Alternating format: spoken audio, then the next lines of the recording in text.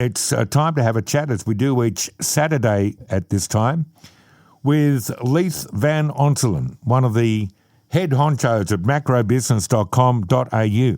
If you want to get a real take on the news around the economy and finance, macrobusiness.com.au. We go there every day. G'day, Leith.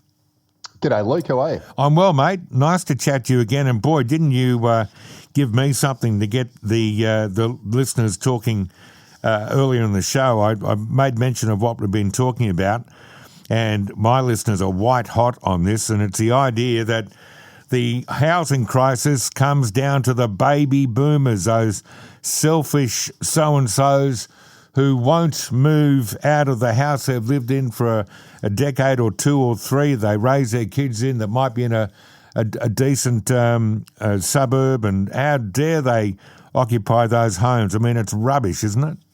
It is, mate. It seems like the Australian media's found a new housing scapegoat, right? This is all classic distraction tactics, trying to, distract away from the real causes. And so the mainstream media in the past week or so has gotten to blaming baby boomers for Australia's housing crisis. So I'll use this example. This is only one of the examples, but an article was published in the Daily Telegraph last week which blamed, quote, stubborn empty nesters for fueling New South Wales's housing crisis. That was effectively the title of the article. Yeah. And it cited research from Australian seniors which showed that 2/3 of empty nesters in New South Wales were still living in, family homes and had no plans to sell. So they're basically, living in the homes they've been in for decades, raised kids, etc. The kids have moved out, and they don't want to, and they're happy where they are, and they don't want to move.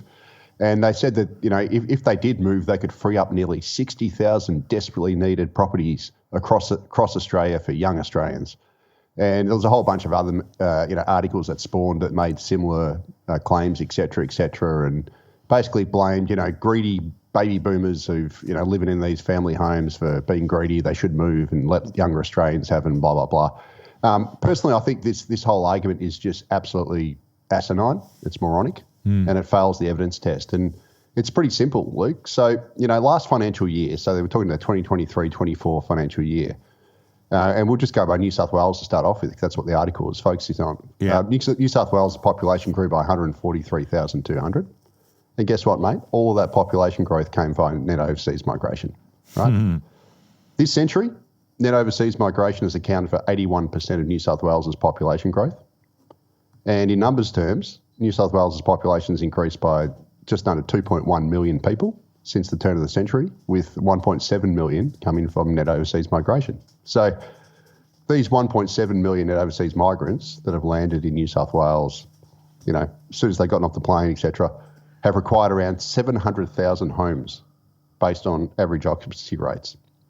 So how can you blame baby boomers for staying in their houses and not moving for Australia's housing crisis when the federal government is literally importing 100% of New South Wales' population growth last year and about 80-odd% so far this century?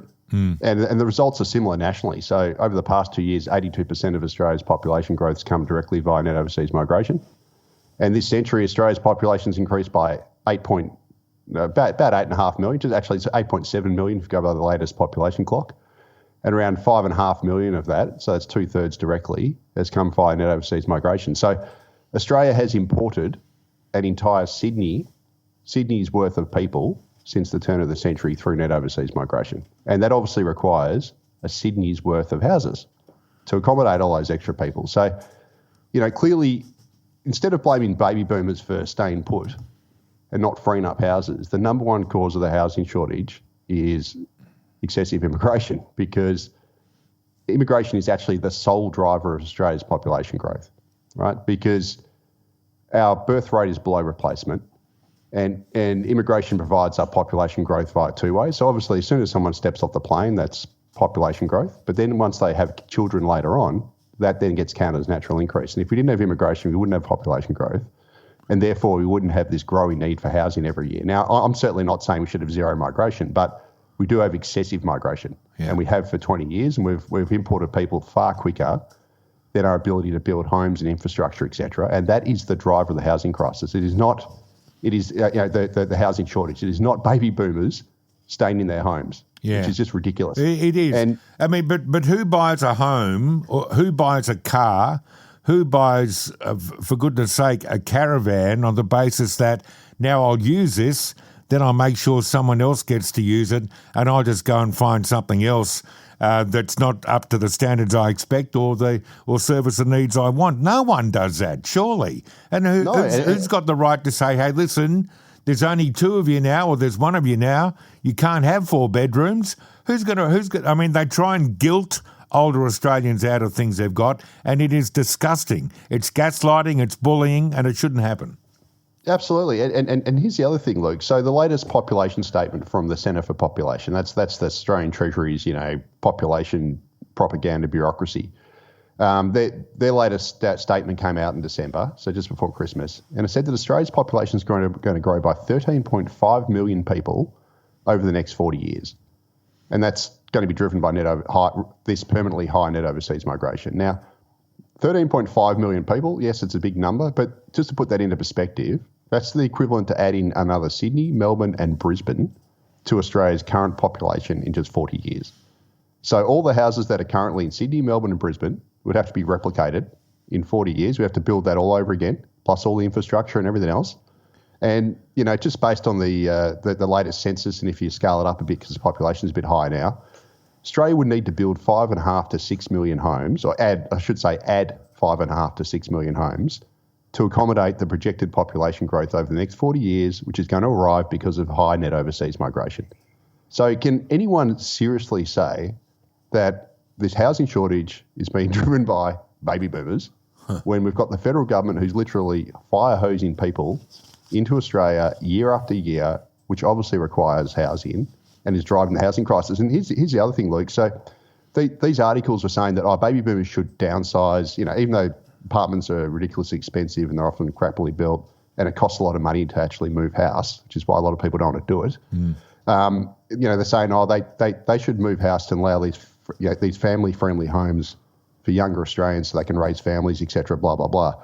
The ridiculous thing is the Urban Task Force, which is a property analyst firm, they released projections a few years back showing that Sydney's housing composition is going to completely transform over the coming decades as its population continues to grow through immigration.